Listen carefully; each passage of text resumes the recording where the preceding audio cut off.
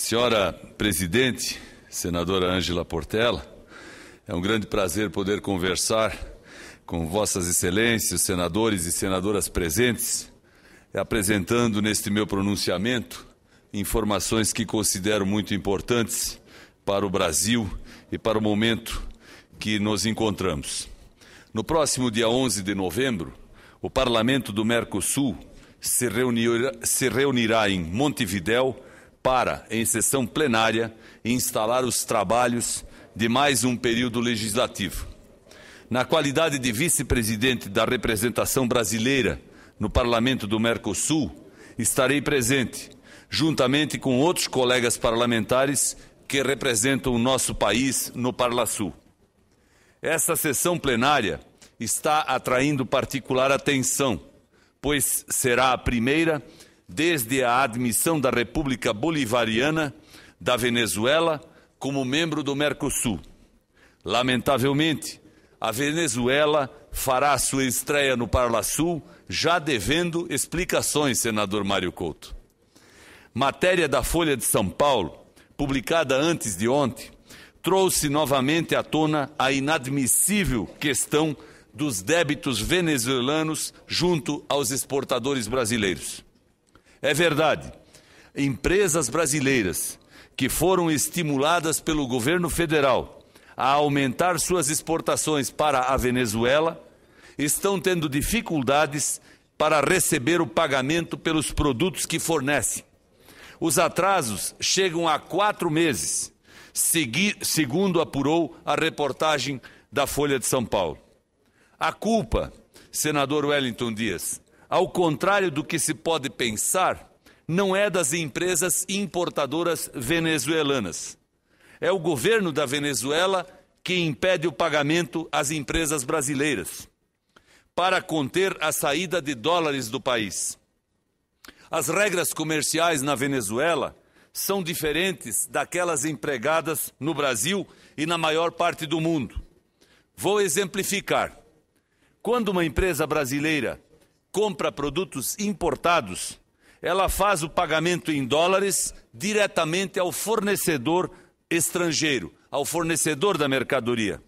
Ou seja, a empresa brasileira usa o seu dinheiro, os seus reais, para comprar dólares oficialmente e paga diretamente ao seu fornecedor.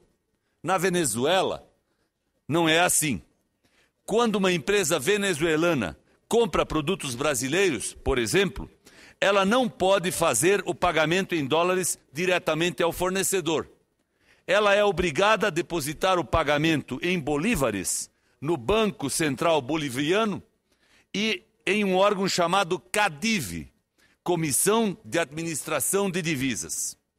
É esse órgão, senador Aloysio Nunes Ferreira, o CADIV, que repassa o pagamento em dólares para o fornecedor brasileiro. No entanto, para preservar as reservas cambiais venezuelanas, o CADIV segura por meses, por vários meses, o pagamento, trazendo graves prejuízos para as empresas exportadoras brasileiras. Aquelas que empregam gente brasileira, aquelas que fazem o nosso país crescer. Imaginem, Vossas Excelências, o impacto para o fluxo de caixa de uma empresa de levar até 4 meses para receber cada pagamento devido. Os calotes, e eu acho que é justo que se chame assim, do regime chavista não são novidade.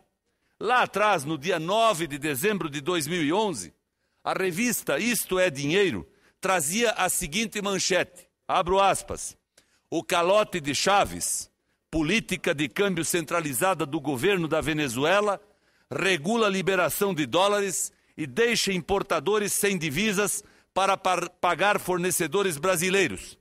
Boticário, Dudalina, Alpargatas e Piccadilly são algumas das companhias que estão na fila para receber. Fecha aspas. Naquele momento, os atrasos estavam concentrados nos setores que a Venezuela considerava semi-prioritários, como confecções e calçados. O governo brasileiro, ideologicamente alinhado ao regime de Hugo Chávez, fechava os olhos para o problema. O Ministério do Desenvolvimento, Indústria e Comércio afirmou à revista, na época, desconhecer a questão. No ano seguinte, o problema se agravou. No dia 14 de dezembro de 2012, o jornal Brasil Econômico estampou a seguinte manchete, abro aspas novamente, exportadores não recebem por vendas à Venezuela, hífen, novo membro do Mercosul atrasa pagamento de empresas brasileiras, órgão que controla o câmbio veta as divisas, fecha aspas. Na matéria, as mesmas queixas e também a notícia de que os calotes estavam também afetando os exportadores brasileiros de autopeças e do setor de carnes. De lá para cá, a situação degringolou. Os calotes da Venezuela já atingem até mesmo os exportadores brasileiros de grãos, que estão sendo cada vez mais importados por aquele país, dada a crise de abastecimento que a Venezuela atravessa. A grande novidade da recente matéria da Folha de São Paulo foi a informação de que o ministro Fernando Pimentel e o assessor Marco Aurélio Garcia estiveram na semana passada na Venezuela para tratar do assunto. Segundo a Folha, oficialmente, a missão brasileira teve como objetivo reforçar a disposição brasileira de ajudar o parceiro comercial a superar sua crise de abastecimento. Mas os pagamentos atrasados foram um dos temas principais, senador Clésio Andrade. Hoje, o jornal Valor Econômico publicou uma matéria esclarecedora. O título, abro aspas, Brasil quer financiar exportação à Venezuela para driblar atrasos, fecho aspas.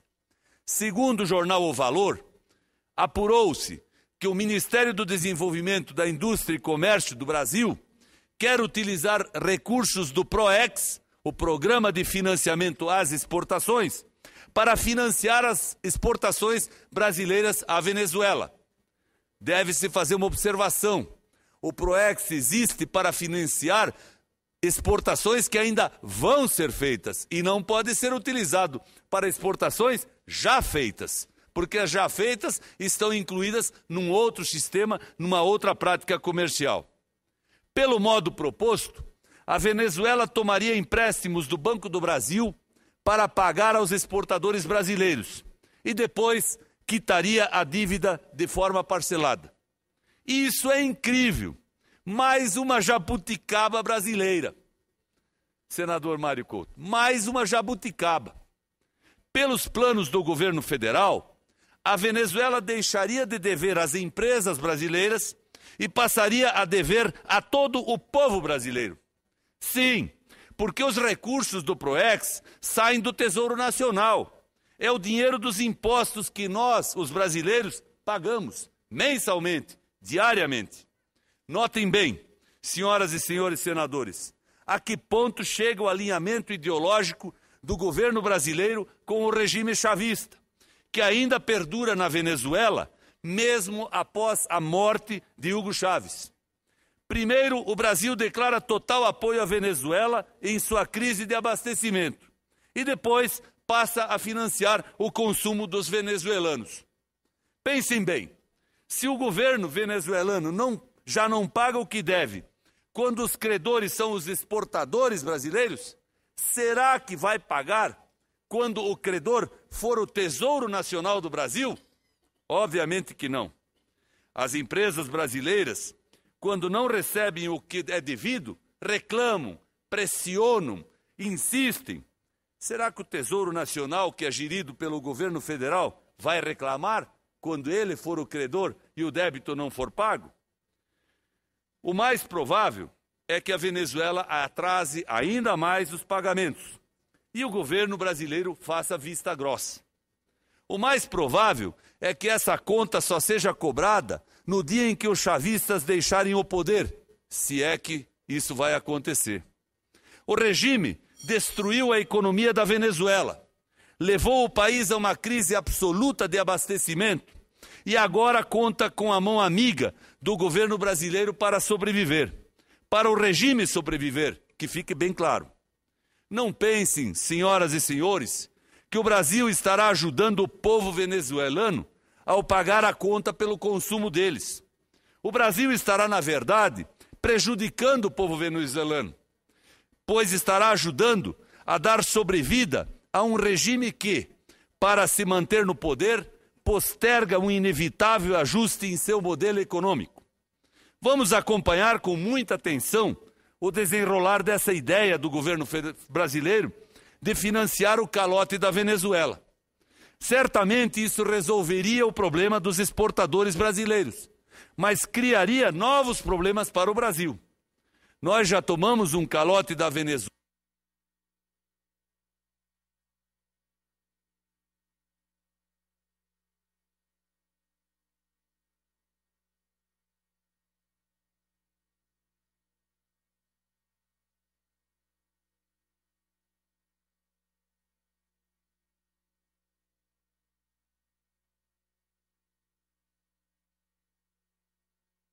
Estão na obra, até hoje. Agora, ficou o dito pelo não dito. A Petrobras incorporou a parte que caberia à PDVSA. E ficamos com um mico, pois a refinaria foi construída para o petróleo pesado venezuelano e não para o petróleo leve extraído no Brasil. A ideia de cobrar do governo venezuelano pelo que deve nem passou pela cabeça do governo brasileiro. E agora o governo brasileiro quer criar uma nova dívida da Venezuela para com o Brasil. Na semana que vem, senador Roberto Requião, teremos uma reunião na Comissão Mista de Representação do Parlamento Brasileiro no Mercosul. Eu irei apresentar um requerimento para a convocação do ministro Pimentel para que ele relate os resultados de sua recente missão oficial à Venezuela e esclareça seus planos de usar recursos do PROEX, do Tesouro Nacional, para pagar essa pendência venezuelana com as empresas brasileiras. O Brasil não pode criar subterfúgios para manter a relação com a Venezuela. Nós precisamos exigir que ela se comporte como uma verdadeira parceira comercial, com lealdade e respeito aos contratos. O foro adequado para isso é o Mercosul. A Venezuela faz parte do bloco e isso é fato consumado. Ninguém mais discute. Agora, precisamos cobrar dela respeito às regras. Vejo que o senador Suplicy me pede uma parte, com prazer ouço Vossa Excelência. Prezado senador Paulo Bauer, avalio que a oportunidade da reunião dos parlamentares do Mercosul, programada, conforme Vossa Excelência mencionou, para os dias 11 e 12 em Montevidéu, é uma oportunidade até para que os representantes do Brasil, da Venezuela e outros países possam dialogar a respeito da problemática que Vossa Excelência aqui coloca. Porque é natural que ali possam os senadores brasileiros expressar o quão importante é que a Venezuela possa cumprir os compromissos que foram assumidos pelo governo venezuelano, pelas empresas venezuelanas que fizeram parceria com a Petrobras e empresas brasileiras. E então acho que eu quero dizer que inclusive estou programado, fui convidado como um dos representantes do Senado no dia 11, deverei estar lá, e acho que é importante esse tema, sim. Mas gostaria também de cumprimentá-lo como presidente do Grupo Parlamentar de Amizade Suíça-Brasil, por ter trazido aqui hoje 5 senadores da Suíça. Tivemos um diálogo muito interessante com eles próprios, e inclusive eu próprio conversei com o senador Hannes German, juntamente com Vossa Excelência, e conversei com eles, os 5 senadores, sobre algo tão relevante que vai ocorrer ali Na Suíça, no dia 4 de outubro último, 116 mil cidadãos suíços entregaram uma solicitação ao parlamento. Quando mais de 100 mil fazem isso na Suíça, o objeto da petição, no caso, é para que se realize um referendo sobre se a Suíça vai adotar ou não uma renda básica incondicional para todos os seus cidadãos. Então, isso deve ser objeto de um referendo após debate organizado pelo parlamento por toda a população suíça dentro dos próximos 4 anos.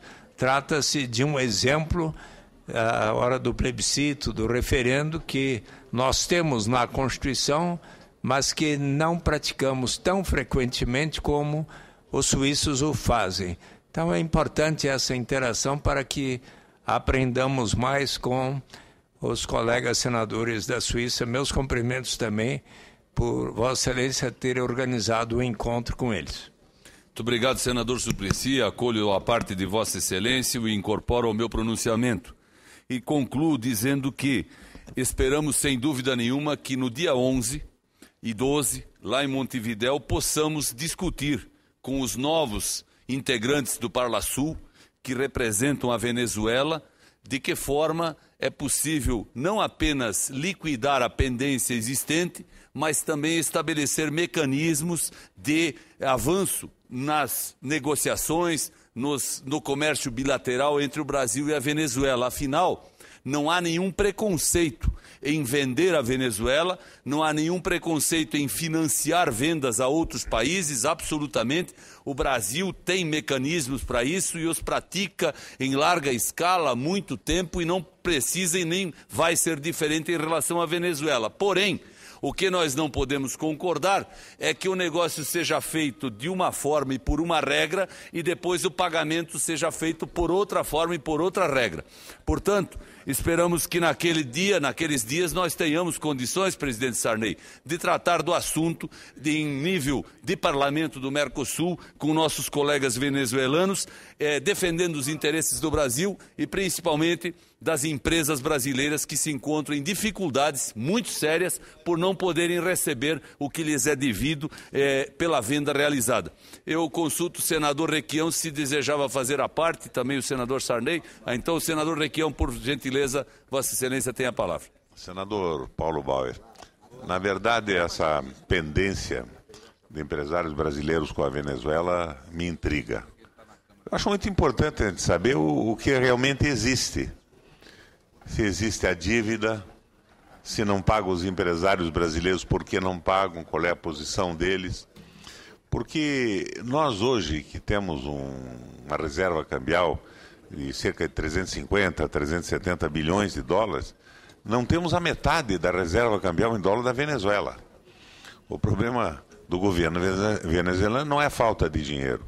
Então, eu quero louvar a sua atitude, sem nenhum prejuízo a respeito do que possa estar ocorrendo, sem nenhum juízo. Vamos esclarecer o que realmente ocorre, inclusive a desistência da Venezuela em participar da usina de Pernambuco. Acho muito interessante que a gente esclareça isso. E para isso serve o Mercosul. Vamos conversar com os parlamentares, porque o interesse deles na defesa do seu país é igual ao nosso na defesa do Brasil, e existe um interesse comum, que é o fortalecimento do mercado do Mercosul.